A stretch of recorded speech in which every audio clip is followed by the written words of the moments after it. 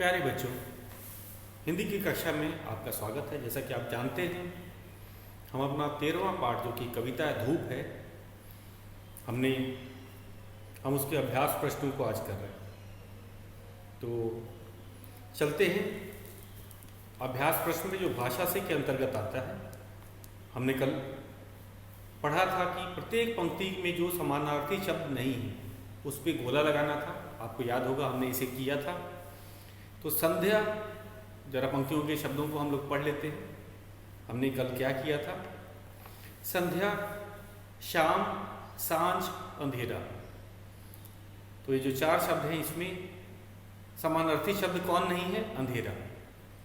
संध्या, शाम और सांझ ये समानार्थी है, या फिर हम कहेंगे ये पर्यायवाची शब्द हैं। लेकिन जो अंधेरा है वह इसका पर्यायवाची नहीं है। जब रोशनी नहीं होती है तब अंधेरा रहता है। लेकिन शाम, सांझ और संध्या वह समय होता है जब सूर्य डूबता है और अंधेरा छाने लगता है। तो ये दोनों में अंतर था। पग, कदम, पांव, पैर, ये चार शब्द हैं। पग, कदम, पांव, पैर। तो इसमें हम कहेंगे कि कदम जो है वो समानार्थी शब्द नहीं है। पग, पांव और पैर ये सब शरीर के अंग होते हैं जिससे हम चलते हैं। तो कौन कौन? पग, पांव और पैर ये शरीर के अंग है। कदम जो है वो दूरी नापने के लिए एक इकाई है। कदम कहा जाता है कितनी दूरी हम लोग लेते हैं। तो कदम शरीर का अंग नहीं है। कोमल, नरम, ढीले, मुलायम, ये चार शब्दों में कोमल, नरम, मुलायम ये सब समानार्थी शब्द हैं। ढीले जो है वो समानार्थी शब्द नहीं है। जैसे कि हम कहेंगे रस्सी ढीली हो गई, तो इसका ये नहीं कि नरम हो गई या कोमल हो गई या मुलायम हो गई। ढीले का अर्थ अलग है। तो इसीलिए ढीले को हमने गोला लगाया था। अगला शब्द था फूल। फूल, कमल, पुष्प, सुमन। अगला था फूल, कमल, पुष्प, सुमन। इसमें फूल, पुष्प और सुमन इन सब का अर्थ फूल होता है। लेकिन जो कमल है ये अलग है। ये फूल का नाम है। ये फूल तो है लेकिन ये फूल का नाम है, इसीलिए ये समानार्थी शब्द नहीं है। फूल का, कमल का फूल होता है, फूल का नाम है। तो इसीलिए हम कहेंगे कि ये समानार्थी शब्द नहीं। उसके बाद हमने भाषा से का दूसरा शब्द की करना है आज, जो कि है पढ़ो, समझो और लिखो। ये है पढ़ो, समझो और लिखो। तो सबसे पहले हम अपने प्रश्न में चलते हैं। भाषा से, ये व्याकरण से संबंधित प्रश्न होते हैं, आपको पता है। ये भाषा से, और हम कर रहे हैं अपना कौन सा प्रश्न? दूसरा। इसमें हमें पढ़ के समझ करके लिखना है। पढ़ो, समझो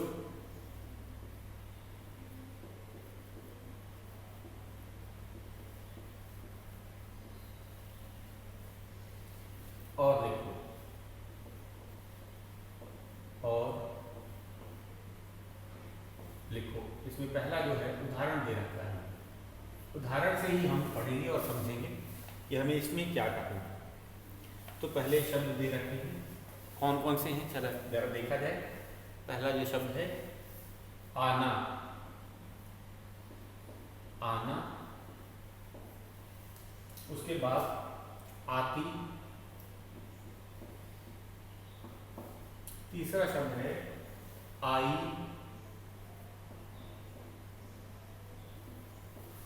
और हमारा चौथा शब्द है आएगी।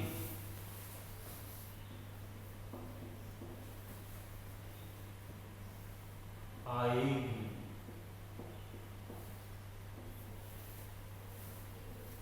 उसी तरह हमें कुछ शब्द दिए गए हैं। जाना, इनको भी लिख देते हैं। लुटाना,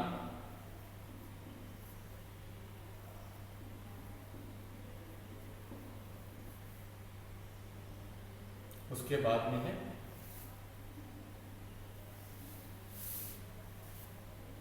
मुस्काना और खेलना। मुस्काना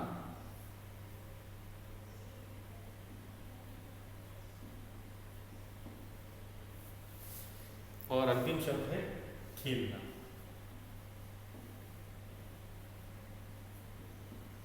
तो हमें इन शब्दों को लिखना है। रिक्त स्थान दिया हुआ है, आपने देखा पाठ्य पुस्तक में ये रिक्त स्थान दिया हुआ है, हमें इन्हीं को भरना है।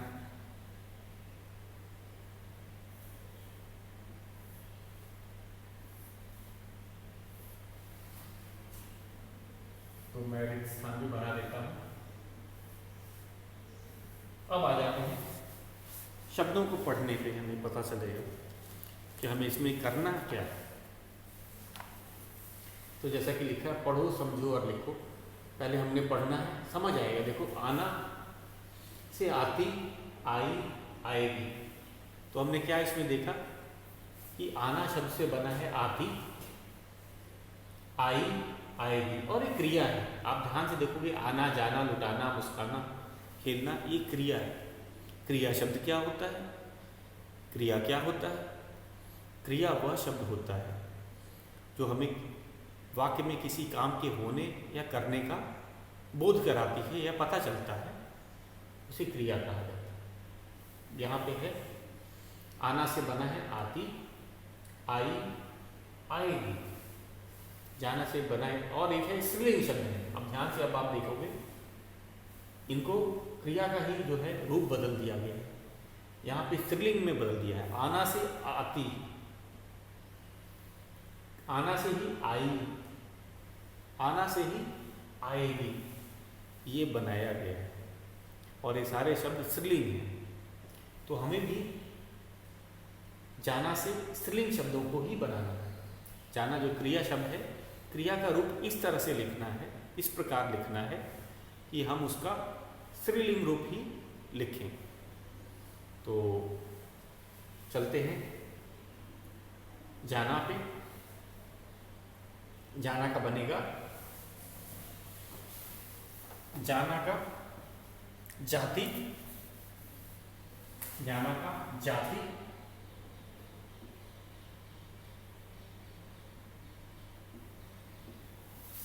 और जाई नहीं होता। जाई कोई शब्द हिंदी में नहीं होता है। तो स्त्रीलिंग शब्द के लिए अगर हमें जाने के लिए कहा जाएगा तो हम गई कहते हैं। ये इसका ज़्यादा ध्यान दीजिएगा बच्चों। जाई, जाई शब्द नहीं है। आना का आई होता है, जाना का जाई नहीं होता है। जाना का गई होता है स्त्रीलिंग में, और जाना का जाएगी, ये है, ये सही है, जाएगी होता है, जाएगी।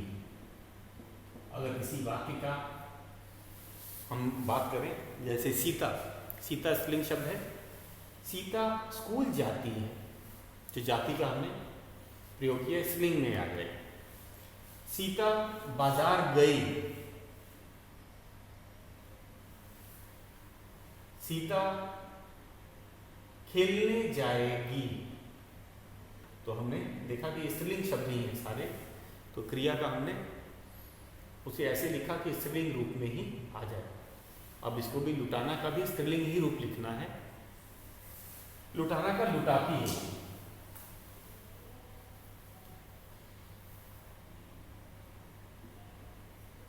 लुटाती। लुटाना से क्या बना है? लुटाती, लुटाई,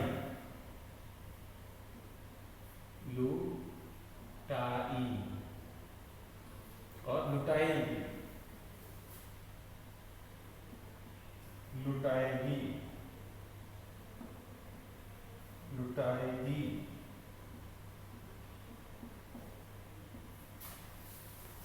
और उसी तरह मुस्काना, मुस्काना, मुस्कुराने को मुस्काना भी कहा जाता है। तो मुस्काती, स्त्रीलिंग है मुस्काना का, मुस्काती। तो मैं लिखता हूं, स्त्रीलिंग शब्द लिखना है क्रिया में, तो मुस्काती,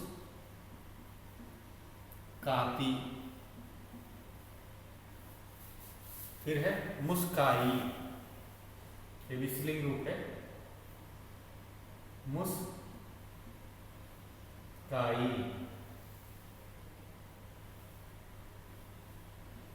अगला है मुस्काएगी,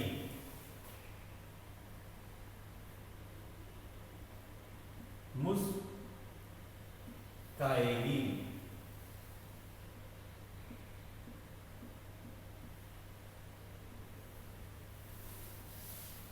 उसी तरह खेलना,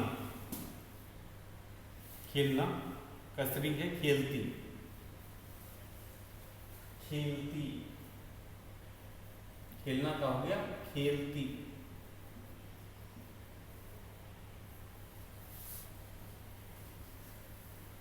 खेली होता है, ये हम कहेंगे ये भूतकाल में, गई, लुटाई, मुस्काई, यहां लिखेंगे खेली।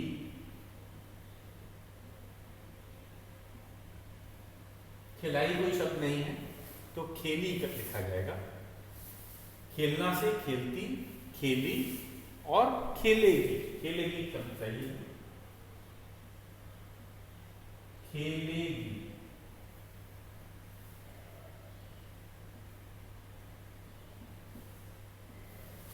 तो इस पे जरा ध्यान देना है और इसे हम अपने पाठ्य पुस्तक में ही करेंगे, जगह दिया हुआ है। एक बार इसको फिर से ध्यान दीजिए बच्चों। पढ़ो, समझो और लिखो। आना, ये सारे क्रिया शब्द थे जो हमें शब्द दिए गए थे, ये सारे क्रिया शब्द दिए हुए। आना, जाना, लुटाना, मुस्काना, खेलना, ये सब क्या है? क्रिया शब्द। और इनसे बनने वाले शब्द आपने ध्यान से देखा होगा कि आती, आई, आएगी, ये स्त्रीलिंग शब्द हैं। स्त्रीलिंग शब्द लड़कियों के लिए या महिलाओं के लिए प्रयोग किया जाता है। तो आती, आई, आएगी। ठीक उसी तरह जाना, जाती, जाई नहीं होता है, गई होता है, गई, जाएगी। तो उसी तरह लुटाना का बनेगा लुटाती, लुटाई, लुटाएगी। मुस्काना से बनेगा मुस्काती, मुस्काई, मुस्काएगी। खेलना से शब्द बनेगा खेलती, खेली, खेलेगी। तो ये था हमारा, हम कहेंगे पढ़ो, समझो और लिखो। दूसरा प्रश्न था, भाषा से के अंतर्गत में ही था। अब हम चलेंगे सही विशेषण और विशेष्य चुनकर विशेषण विशेष्य की जोड़ी बनाओ। ये हमारा तीसरा प्रश्न है, आप इसे नोट कर लीजिए। अब हम आगे चलते हैं। हमारा अगला प्रश्न है,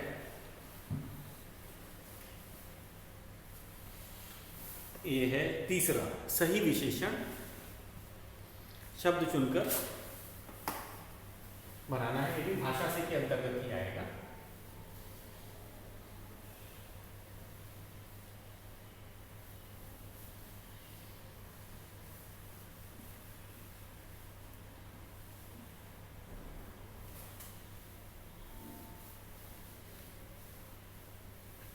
तो हमारा तीसरा प्रश्न है, भाषा से के अंतर्गत ये विशेषण हम कहेंगे, जानते हैं भाषा से हम कौन से शब्द आते हैं? व्याकरण के लिए, व्याकरण से संबंधित प्रश्न ही होते हैं जो हमारे पाठ्य पुस्तक के पीछे दिए गए हैं। चलते हैं अपने तीसरे प्रश्न पे। ये बहुत ही आसान है।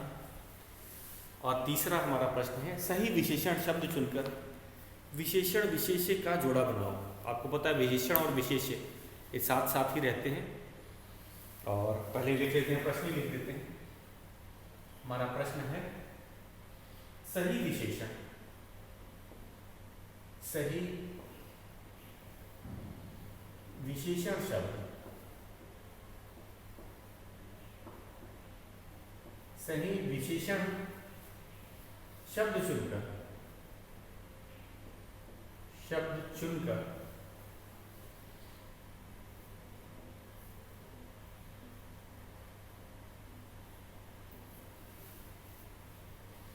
विशेषण विशेष्य के जोड़े बनाओ। विशेषण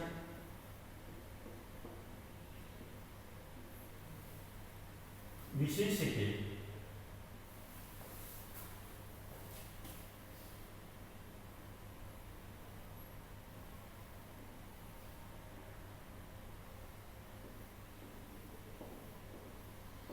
विशेष्य के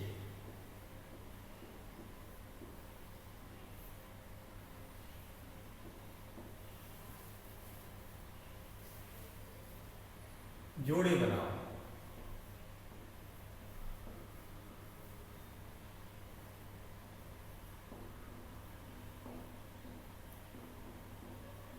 तो सबसे पहले बात समझा जाए विशेषण क्या होता है, विशेष्य क्या होता है, एक बार उसको दोहरा लेते हैं, तभी तो हम उनके जोड़े बना पाएंगे। तो विशेषण की परिभाषा आपको पता है बच्चों, वे शब्द जो संज्ञा या सर्वनाम की विशेषता बताते हैं। तो जो संज्ञा या सर्वनाम इसमें क्या कहेंगे, वो विशेष्य कहलाते हैं। जिनकी विशेषता बतलाई जा रही हो उन्हें विशेष्य कहा जाता है। वो संज्ञा या सर्वनाम जिसकी विशेषता बतलाई जा रही हो उसे विशेष्य कहा जाता है। और विशेषण विशेष्य की विशेषता बताता है। ये सब बातें को एक बार फिर से आपको याद दिला देते हैं कि विशेषण वह शब्द होता है जो संज्ञा या सर्वनाम की विशेषता बताता है। और यहाँ पे हम कहेंगे जो, और इनके ये दोनों एक साथ ही मिलते हैं। जैसे कि लाल गुलाब, तो लाल विशेषण है, गुलाब क्या है, संज्ञा है। तो संज्ञा की विशेषता बता रहा है, तो लाल विशेषण हो गया और गुलाब विशेष्य हो गया, जिसकी विशेषता बतलाई जा रही है। विशेषण जिसकी विशेषता बताता है उसे विशेष्य कहा जाता है। तो एक तरह से जोड़े के रूप में ही ये जाने जाते हैं, पास पास ही रहते हैं, साथ साथ ही रहते हैं। तो इसलिए इन्हें जोड़े के रूप में ही कहा गया है। और इसमें हमें सही जोड़े बनाने हैं। हमें विशेषण को दिया हुआ है और विशेष्य को अलग लिखा हुआ है। अब इनका सही विशेषण चुन के हमें जोड़े बनाना है। तो मैं पहले विशेषण को ही लिख देता हूँ, कौन कौन से विशेषण हमें दिए गए थे। ये हमारे विशेषण हैं, तो मैं उसको सबसे पहले लिखते जाता हूँ। पहला शब्द है अलसाई, अलसाई, ये विशेषण है इसका। हम दूसरा शब्द है हमारा सुनहरी, सुनहरी, इसका अर्थ होता है सोने के रंग वाली। अलसाई मतलब आलस से भरी हुई। अलसाई का, अलसाई शब्द आलस से बना है, इसका अर्थ होता है आलस से भरी हुई। सुनहरी, सोने के रंग वाली, सुनहरे रंग वाली, हम ऐसे कह सकते हैं। सोने का रंग आपने देखा है तो पीला चमकीला जो रंग होता है उसे सुनहरी कहा जाता है। अगला है थके, थके। उसके बाद में अगला शब्द है कोमल, कोमल। फिर है रंग बिरंगे, रंग बिरंगे, रंग बिरंगे। और कजरारे,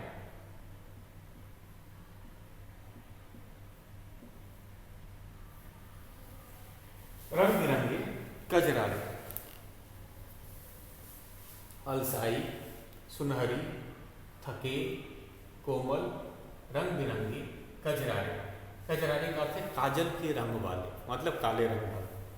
रंग बिरंगे अलग अलग रंगों के बने हुए। कोमल जो कि मुलायम हो, नरम हो, उसे कोमल कहा जाता है। थके, परिश्रम करने के कारण जब थकान हो जाती है, थकान से ही थके शब्द बना है, या थके से ही हम कहेंगे थकान शब्द बना है। तो ये थे हमारे ये विशेषण शब्द।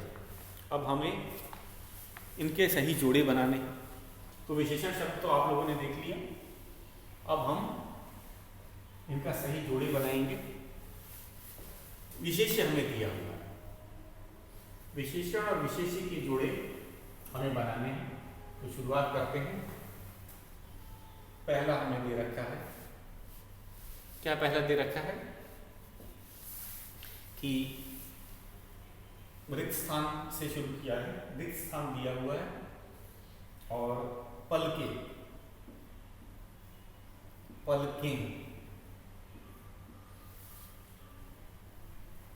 उसके बाद में दिया है पांव,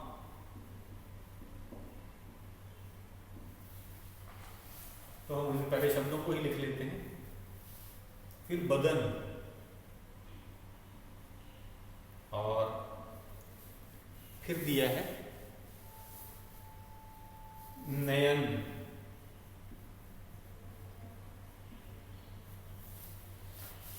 ठीक उसी तरह फिर एक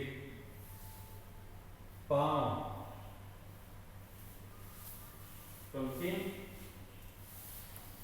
एक मिनट के लिए हमने यहाँ पाठ्य पुस्तक के अनुसार लिखेंगे।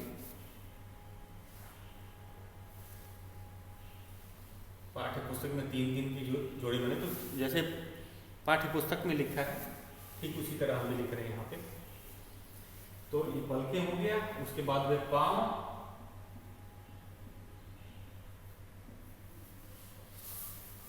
फिर आगे गुब्बारे और धूप। फिर अगला शब्द है गुब्बारे,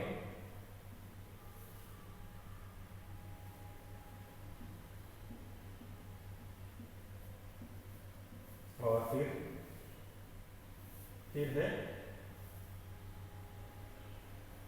धूप।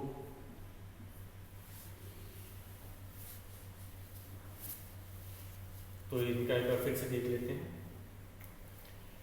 पलके, बदन, नयन, हमें 3 हम कहेंगे विशेष दे रखे हैं, पलके, बदन, नयन, और 3 विशेष यहाँ दे रखे हैं, पांव, गुब्बारे, धूप। अब इनमें से ऐसा विशेषण छांटना है।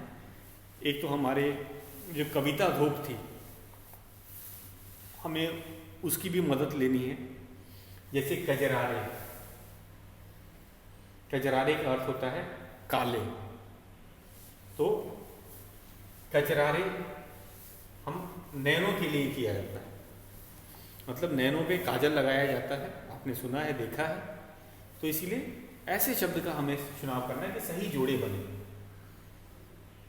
तो कोमल नयन नहीं लिखेंगे, वो भी सही हो सकता है, लेकिन हमें कविता के अनुसार लिखना। तो कविता के अनुसार हम लिखेंगे। तो पलक है अलसाई पलकें, जैसे संध्या हो जाती है, शाम हो जाती है, तो धूप थक जाती है, उसे आलस भी आ जाता है, थकान के कारण जो आलस आती है, तो अलसाई पलकें लिखेंगे हम, आलस से भरी हुई पलकें। तो लिखते हैं इसको अलसाई पलकें। तो कविता का भी हम प्रयोग कर रहे हैं, कोई नहीं कहेगा कि हमने कहाँ से लिखा। अलसाई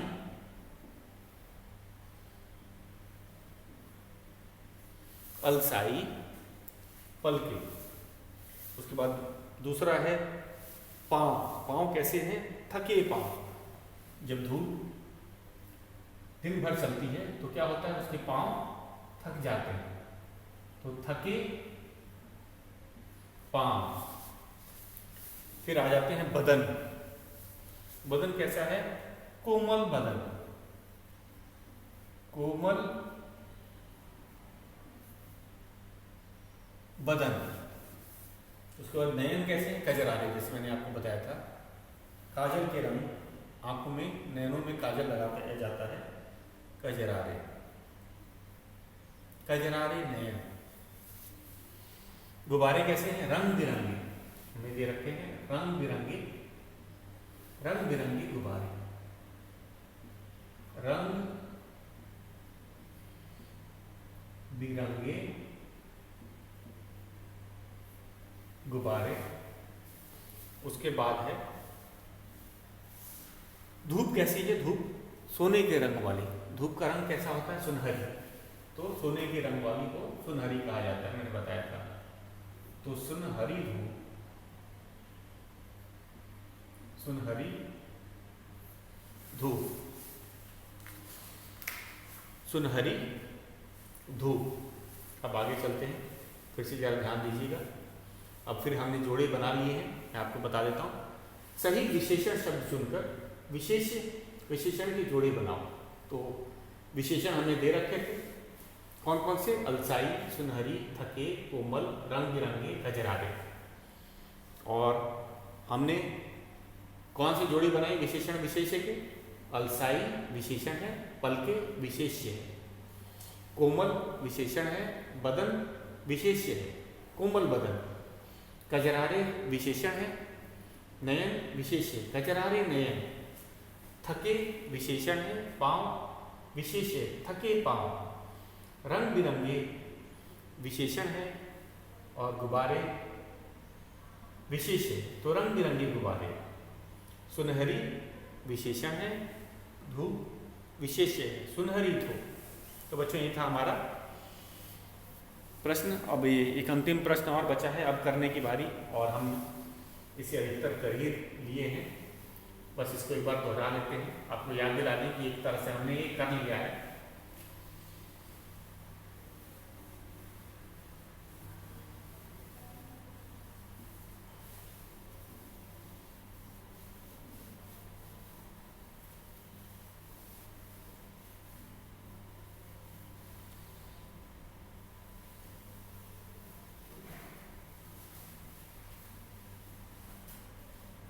हाँ, अब करने की बारी हमने कर रखा है।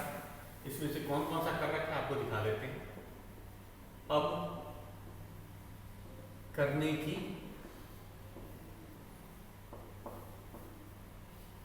बारी।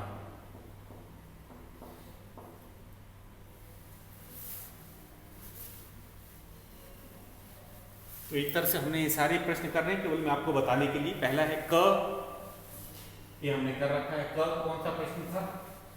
क हमारा प्रश्न था कविता याद करो और गाओ। ये हमने सुना था, आपने याद भी किया हुआ। तो एक तरह से देखा जाए तो हमने क भाग पूरा कर लिया है।